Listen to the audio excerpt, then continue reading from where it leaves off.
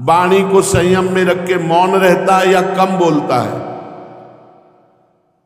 जब बोलो तब शास्त्र की बात, सत्य बोलो, मीठा बोलो, दूसरे के हित कर बोलो। जो सबकी सेवा करता है, यदि विरक्त साधक है तो किसी के विवाह उत्सव आदि में कभी सम्मिलित ना हो, विवाह आदि के पदार्थ कभी ना खाए। जो विवाह में पदार्थ बनते उनको कभी ना खाए, श्राद्ध का भोजन ना पाए, राज अन्न ना पाए, ग्रह नक्षत्रों के दान का कभी ना पाए, नहीं भजन में बाधा पड़ जाएगी। अगर ये साधक में है सद्गुण तो विश्वास करो, ये सद्गुण उसे भगवत प्राप्ति करा देंगे। धन और स्त्री, इससे जो बच गया उसके मुंह में यमराज कभी कालिक नहीं पोतेंगे। बहुत बड़ा आकर्षण है रुपये का और ये माया का। अविनाशी भगवान की प्राप्ति में माया ने 3 खाइयां खोद रखी हैं। कंचन, कामिनी, कीर्ति। जो इनको पार कर गया, अनासक्त हो गया, वही भगवान के पास पहुंच गया, नहीं इन खाइयों में गिर जाता है।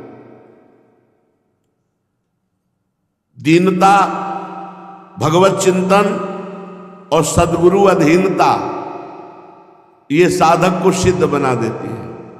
दीनता, भगवत चिंतन और सद्गुरु की अधीनता, गुरु की अधीनता। भजन में ये 5 विघ्न हैं जो भजन होते हुए भी भगवदानंद नहीं होने देंगे।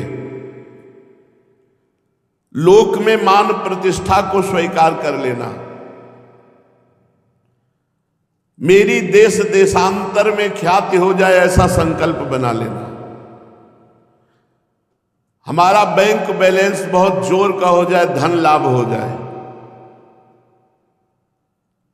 कोई सुंदर स्त्री देख करके भोग वासना उदय हो गई, या जो हम सोचें, जो चाहें वो हो जाए। ये 5 बातें भजन के फल को उदय नहीं होने देती। भगवदानंद, लोक में मान प्रतिष्ठा की चाह, देश देशांतर में ख्याति होने का संकल्प, और हमारा अधिक से अधिक धन संग्रह, बैंक बैलेंस, स्त्री रूप में आसक्ति और संकल्प सिद्धि, जो चाहो वो हो जाए, इससे भगवत प्राप्ति नहीं। ये साधन भगवत प्राप्ति करा देते हैं।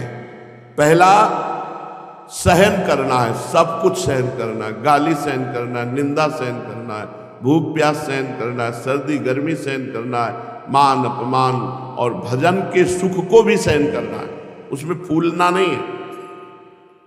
दूसरा, अव्यर्थ कालत्व, एक क्षण भी समय भजन के बिना ना जाए, कबहू काल वृथा नहीं जाए, एक सेकंड भी भजन से अलग न जाए। तीसरा, पदार्थ पास होते हुए भी भोगने की इच्छा ना होना, भोग सामग्री पास है पर भोगने की इच्छा नहीं। पहला है सहनशील, बहुत, ये तितिक्षा साधु का आभूषण है, गहना है, सहनशील, सब कुछ सहना है, एक क्षण भी व्यर्थ न जाए ऐसे भजन में लगे रहना है। और ऐसा वैराग्य कि पास में भोग सामग्री भोग सकते हो लेकिन ना ही भोगने की इच्छा ही नहीं, ऐसा वैराग्य। अपने इष्ट देव का निरंतर चिंतन, निरंतर, समुत्कंठा नाम गाने सदा रुचि, उत्साह पूर्वक अपने इष्ट का नाम, जैसे हम 500-500 रुपया गिनने में उत्साह नहीं रखते, इतने हो गए, ऐसे अधिक से अधिक नाम जप, समुत्कंठा नाम गाने सदा रुचि, लोभी जी में प्रिय दाम, ऐसे मुझे भगवान नाम प्रिय हो। पांचवा, सदगुरु के हाथ बिक जाना, सदगुरु ने नाम दिया, मंत्र दिया, अब मैं बिका हुआ हूं, मेरे जीवन का अस्तित्व सदगुरुदेव है। उनका आदेश ही इस जीवन में है क्रियात्मक होना, नहीं तो मेरी कोई रुचि नहीं, मेरी कोई इच्छा नहीं, मेरा कोई अस्तित्व नहीं, मैं तो बिका हुआ हूं। जब ये बातें हमारे हृदय में आ जाती हैं तो क्रोध करने वाले पर क्षमा, अपमान करने वाले का भी मंगल भावना, ये दिव्य सद्गुण उसके अंदर आ जाते हैं।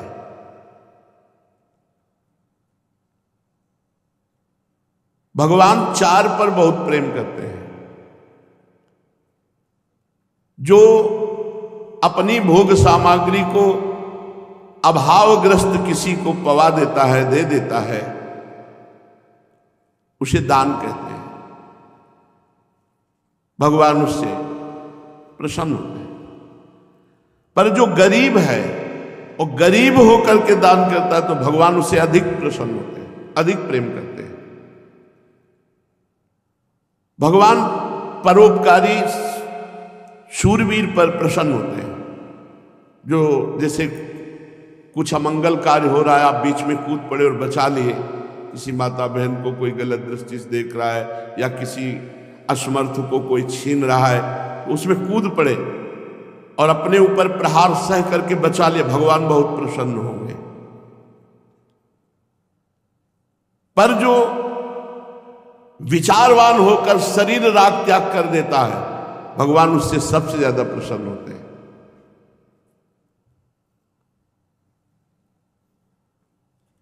भगवान भजन करने वालों पर प्रसन्न होते हैं।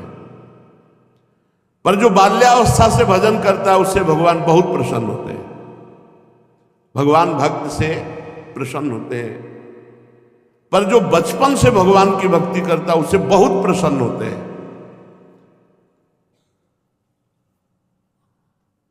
अब भगवान क्रोध किस पे करते हैं? जिसके पास बहुत धन होता है और वो केवल अपने भोग में ही प्रयोग करता है, भगवान उस पर क्रोधित होते हैं। जो धनी हो करके भी गरीबों के खून चूसते हैं, उन पर भगवान विशेष क्रोधित होते हैं। कैसे गरीबों के खून चूस? लेबर है, खूब मेहनत करवा रहे हैं, वो बेचारा कर रहा है, अब उसको समय से पैसा नहीं दे रहे, कम पैसा दे रहे, नहीं दे रहे।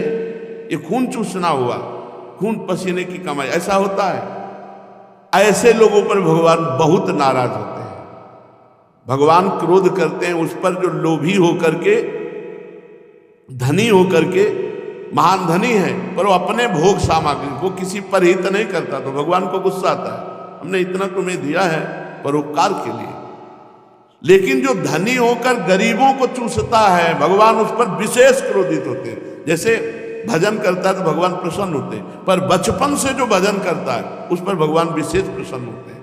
दान करता है भगवान प्रसन्न होते हैं, पर जो गरीब होकर दान करता है भगवान उस पर विशेष प्रसन्न होते हैं। जो दूसरे की रक्षा करता है भगवान उस पर प्रसन्न होते हैं, पर जो अपने शरीर का राग मिटा देता है भगवान उस पर विशेष प्रसन्न होते हैं। दूसरा, भगवान पाप करने वाले पर क्रोधित होते हैं, किंतु जो बुढ़ापे में पापाचरण करता है उस पर अधिक क्रोधित होते हैं।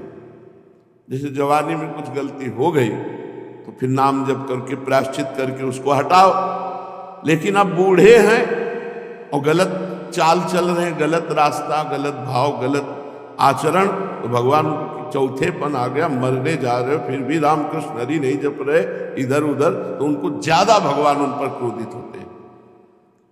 भगवान अहंकारी पर क्रोधित होते हैं, परंतु जो शास्त्र ज्ञानी होकर भक्त होकर अहंकार करता उस पर विशेष क्रोधित होते हैं। क्रिया भ्रष्ट पर भगवान क्रोधित होते हैं, किंतु जो साधु होकर क्रिया भ्रष्ट होता उस पर भगवान विशेष क्रोधित होते हैं। ये चार बात पूज्यपाद श्री उड़िया बाबा जी के वचन, इन महापुरुषों के वचन गुप्त ही शास्त्रों में रखे, इसलिए भगवत प्रेरणा से आप लोगों के कान में बिल्कुल एक शब्द भी भगवान के वचन के समान है, एक शब्द भी मिस्टेक नहीं। पूरे जीवन भर ये हमारा मतलब संविधान समझो। जैसे भारत का संविधान, ऐसे भागवतिक संविधान, ये सदैव हमारे पास सब कुछ छोड़ दिया है। ये बगले में रहे, इनके बिना हम जी नहीं सकते। और आज भी ये जीवन धन है, यही आदर्श है। इन महापुरुषों के आदर्श से ही जीवन चलता है और इन्हीं के बल से ही चला जा सकता है। चलते हैं श्रीमद् भागवत महापुराण। अभी आपने सुना भगवान को अहंकारी पसंद नहीं। भगवान ने देखा देवराज इंद्र को अहंकार हो गया है, तो जिसका अहंकार बढ़ जाता है फिर भगवान उसका घटाते हैं, बहुत अच्छे तरह से घटा देते हैं। भगवान अपि तत्रैव बलदेवेन संयुतः अपश्यन्निव सन गोपा निंद्रयाग कृतोद्यमान।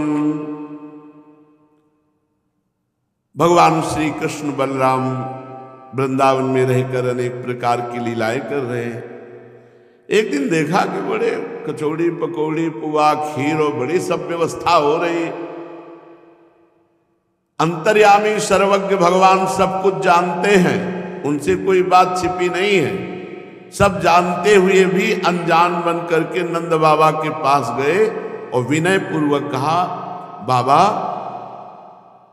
ये सब बूढ़े बूढ़े ब्रजवासी वहां भी बैठे थे, ये सब लोग कौन सा उत्सव आ गया कि आज घर घर में पकवान बन रहे हैं, सब बड़ा भोग तैयार हो रहा है।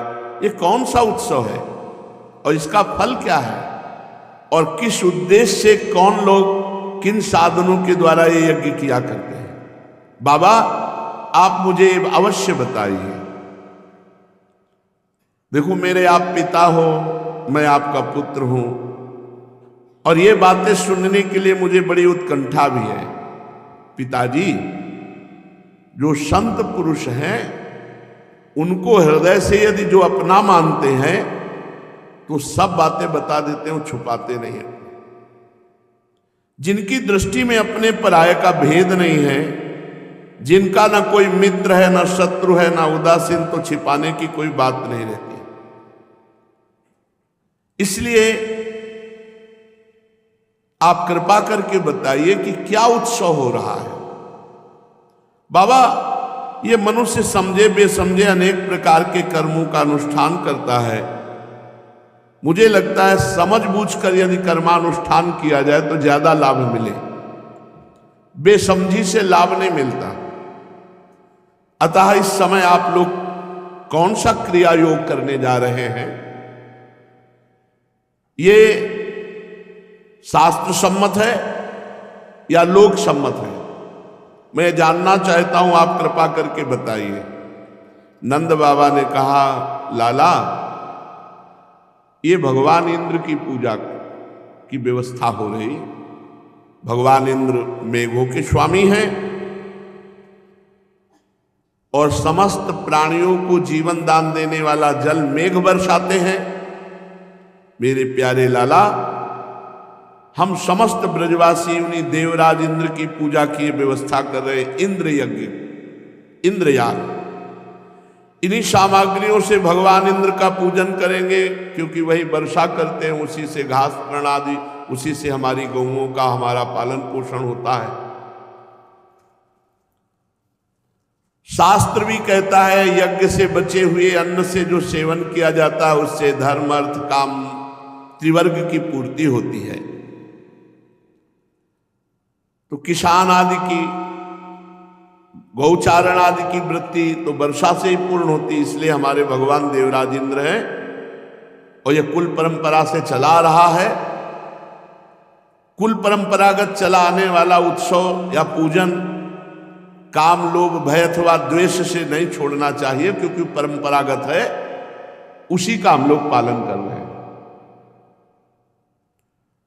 भगवान ब्रह्मा शंकर आदि का शासन करने वाले श्री कृष्णचंद्र जी नंद बाबा और ब्रजवासियों से बात सुनी और मन ही मन विचार किया, देवराज इंद्र तुम्हारे अभिमान को मैं चूर्ण करूंगा, क्योंकि तुम्हें गर्व हो गया कि मैं त्रिभुवन पति हूं। भगवान ने कहा, पिताजी प्राणी अपने कर्म के अनुसार ही पैदा होता है। और कर्म के अनुसार ही मर जाता है। उसे उसके कर्म के अनुसार ही सुख मिलता है, दुख मिलता है, भय मिलता है, मंगल मिलता है, अमंगल मिलता है। भाई ये बिल्कुल बात भगवान जगत गुरु श्री कृष्णचंद्र जो बोल रहे हैं। अब इसी में किसी का जंतुर क्या करेगा, किसी का किसी भी तरह का छूछा क्या करेगा। कर्मणा जायते जंतु कर्मणैव विलीयते सुखम दुखम भयम क्षेमम कर्मणैवाभिपद्यते। सारा खेल इस मन का है। एक आदमी को जो तुम अच्छा समझते हो बुद्धिमान, 10-20 लोग केवल तैयार हो जाओ अलग अलग। राधे श्याम, तुम्हें दिमाग में कुछ हो गया क्या? नहीं नहीं, कुछ लक्षण तो ऐसे लगते हैं कि खसक गए हो, मतलब थोड़ा पागल हो गए। आगे फिर तीसरा मिला, उसमें ऐसे 10 दिन करो, दंडवत यार कुछ समझ दिमाग में हो गया। उसको लगने लगेगा मेरा दिमाग खराब होने लगा है क्या। जैसा हमारे सामने दृश्य होता है, जैसी बातें होती हैं, वो हमें महसूस होने लगता है। ये केवल मनोयोग है। नहीं, एक आदमी श्री राघवाश्रम स्वामी जी जो आते थे वो बता रहे थे कि एक आदमी को डॉक्टर ने कह दिया था कि तुम जल्दी ही मरने वाले हो। उसने भोजन छोड़ दिया, इसी चिंता में सूख गए। स्वामी जी गए तो घर वालों ने बताया कि यह हालत है इनकी, डॉक्टर ने कह दिया होगा कोई रोग। स्वामी जी बड़े विवेकी, बहुत विवेकी थे, बहुत विवेकी, बड़े ही तपस्वी भजलानंदी। उन्होंने कहा मैं हस्तरेखा देखना जानता हूं, तुम मुझे दिखाओगे? उसे विश्वास था, दिखा दो। बोले वो डॉक्टर ने जो कहा था सही था, लेकिन वो समय निकल गया। बड़े विवेक से मारा कि डॉक्टर की बात अगर हम झूठी कहेंगे तो। उन्होंने कहा डॉक्टर ने जो कहा था सही कहा था, लेकिन वो समय निकल गया, अब तुम सब। बोले सही? बोले हाँ। बोले खाओ? बोले भोजन पाना सब टाइम। वो मरणासन में पड़ा था। मनोयोग का बहुत बड़ा प्रभाव होता है। देखो मनोयोग से हम प्रसन्न है ना, देखो शरीर बड़ा रोगी, बड़ा कष्टप्रद है, लेकिन आनंद है। मनोयोग कर्मणा जायते जंतु कर्मणैव विलीयते, कर्म का सारा प्रभाव होता है। कुछ किसी का छूछा जादू मंत्र कुछ नहीं करेगा। जैसे मानो हम तुम्हारे मन की बात जान गए, हम अपने मन की 24 घंटा की बात जानते तो कुछ नहीं संभाल पा रहे, तुम हमारे 2 मिनट की बात जान गए तो क्या संभाल दोगे? कोई संभाल देगा? कोई संभला? भगवान की बात है। कर्मणा जायते जंतु कर्मणैव विलीयते सुखम दुखम भयम क्षेमम कर्मणैवाभिपद्यते। अस्ति चेदीश्वर कश्चित, इसमें क्या करेगा ईश्वर? कोई भी हो, देवराज इंद्र हो, लोकपाल हो, कोई इसमें क्या करेगा? कोई कौन उस काहू के सुख दुख कर दाता, निजकृत कर्म भोग सुन भ्राता। यदि कर्मों को ही सब कुछ न मानकर उससे भिन्न जीवों का कर्म फल देने वाला ईश्वर है, तो वो भी कर्म के अनुसार ही फल देगा, अलग नहीं। उसकी प्रभुता कर्म पे ही चलेगी। सबको अपने अपने कर्मों के अनुसार फल भोगना पड़ेगा। इसमें इंद्र की क्या है बाबा? बाबा इंद्र की ताकत नहीं कि कुछ बदल सके। इसलिए आप पहले तो भूल जाओ कि इंद्र कोई भगवान है। भगवान है जब भुलवा रहे तो अहंकार नष्ट करने, पूर्व संस्कार जबरदस्ती उससे कर्म कराते हैं। पूर्व संस्कार, इन्हीं पूर्व संस्कारों पर अटैक भजन कर सकता है, दूसरा नहीं। ध्यान से सुनना, पूर्व संस्कारों को भस्म कर देता है भजन, सिर्फ भजन, दूसरा कुछ नहीं। जादू टोना छूछा कुछ नहीं। राधा राधा कृष्ण कृष्ण राम राम हरि हरि, यही कारण शरीर स्वभाव को बदलता है और सूक्ष्म शरीर के वो पापाचरण करने वाली प्रवृत्तियों का नाश करता है। अनर्थ निवृत्ति। देवता हो, असुर हो, मनुष्य हो, अगर ध्यान से सुनोगे तो बहुत बढ़िया हो जाएगा। एक आदमी हितधाम में, तो उसके यहां सब लोहे की छल्ले ऐसे, भैया ये क्या है? अंगूठी पहने तो देखा है सोने आदि की, ये क्या है? बोले घोड़े के नाल के ये छल्ले हैं। इससे क्या होगा? बोले कोई भी ग्रह अटैक नहीं कर सकता। घोड़े की दुर्दशा हो जा रही नाल पैर के, और ये नाल की लोहे की पहले तो ये कह रहे हमारी सदगति हो जाएगी, कोई भी अटैक नहीं करेगा। अरे बुद्धि मारी गई, पूरी नाल पहरे वो ठोकी है उसके चरणों में पूरी नाल, और मनोबोझा ढो रहा है, सांटी खा रहा है, और उस नाल की तुम अंगूठी बनवा, अरे राम राम बोलो, कृष्ण कृष्ण बोलो, हरि हरि बोलो, मगर अरे ऐसी बुद्धि भ्रष्ट है तुम्हें कैसे बताए? भगवान कह रहे हैं कि देवता हो, असुर हो, मनुष्य हो, ये सारा जगत कर्म के अधीन है। अवश्य में भोक्तव्यम कृतम कर्म शुभाशुभम। जीव अपने कर्मों के अनुसार उत्तम गति या अधम गति को प्राप्त होता है। ए भाई, आपके कर्म, आपके कर्म ही गुरु है, कर्म ही ईश्वर है, कहां तक कहूं कर्म ही भगवान है।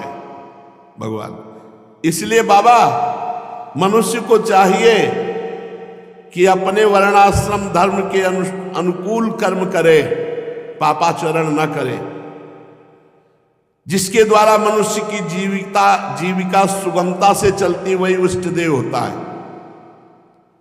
अपने विवाहित पति को छोड़कर जो पर पुरुष से रति करते उसे जार स्त्री कहते हो। जार स्त्री की बड़ी दुर्गति होती है। जो अपनी विवाहित पत्नी को छोड़कर दूसरी स्त्रियों से वो व्यभिचारी पुरुष होता है, उसकी कभी शुभ गति नहीं हो सकती। वो यहां भी कष्ट पाएगा और वहां भी कष्ट पाएगा। इसलिए हम सबके आराध्य देव श्री गिरिराज महाराज हैं। आप इनको छोड़कर देवराज इंद्र की पूजा की बात करते हो। बाबा हमारी जीविका गिरिराज जी से चलती है। कृषि, वाणिज्य, गोरक्षा, ब्याज लेना, ये वैश्यों की चार वार्ता वृत्ति है, अलग अलग वर्ण की। तो हम लोग गोपालन करते आए हैं। बाबा इस संसार की उत्पत्ति, स्थिति और प्रलय सतोगुण, रजोगुण, तमोगुण के द्वारा होता है। रजोगुण की प्रेरणा से मेघगण सब कहीं जल बरसाते हैं, उसी से अन्न होता है, अन्न से सबकी जीविका चलती। इसमें बीच में इंद्र कहां से आ गए? पिताजी, ना हमारे पास कोई देश है, ना राज्य है, ना बड़े बड़े नगर के अधीन है।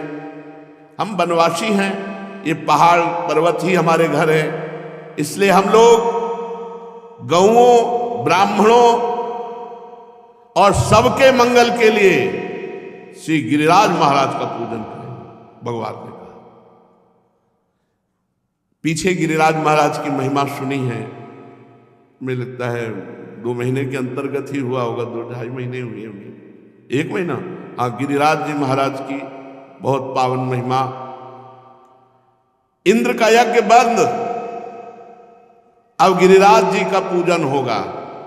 खीर, हलवा, पूरी और मूंग की दाल, ब्रज का सारा दूध एकत्र कर लिया जाए।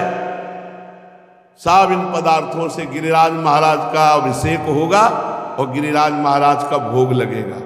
भांति भांति के अन्न, गौएं, दक्षिणाएं, ये सब ब्राह्मणों को दान की जाए और सब ब्रजवासी मिलकर के जो भोग लगे वो प्रसाद पाया जाए और गौओं को हरी हरी घास, और फिर सब मिलकर के गिरिराज जी की परिक्रमा दें।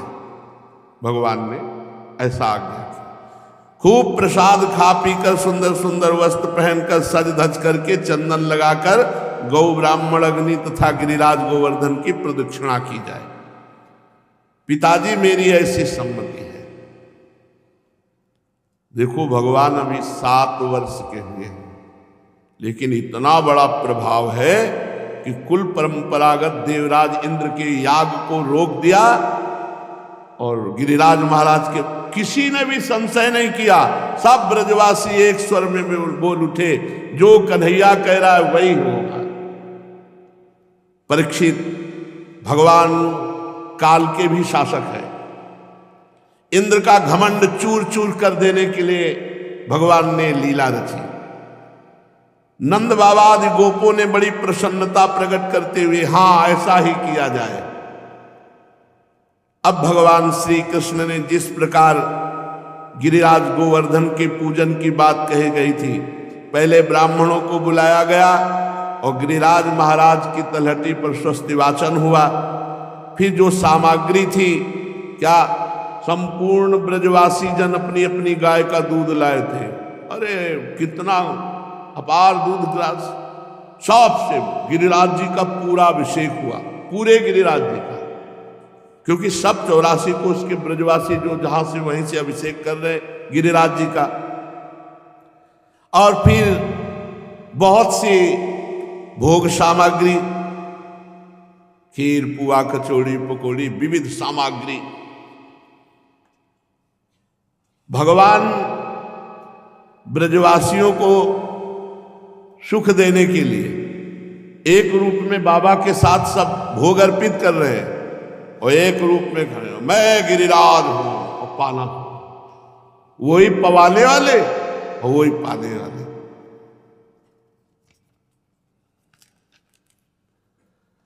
भगवान श्री कृष्ण कृष्णस्त्वन्यतमं रूपम गोप विश्रम्भणं गतः शैलोस्मीति ब्रुवन् भूरि बलिमादत बृहद बपुः।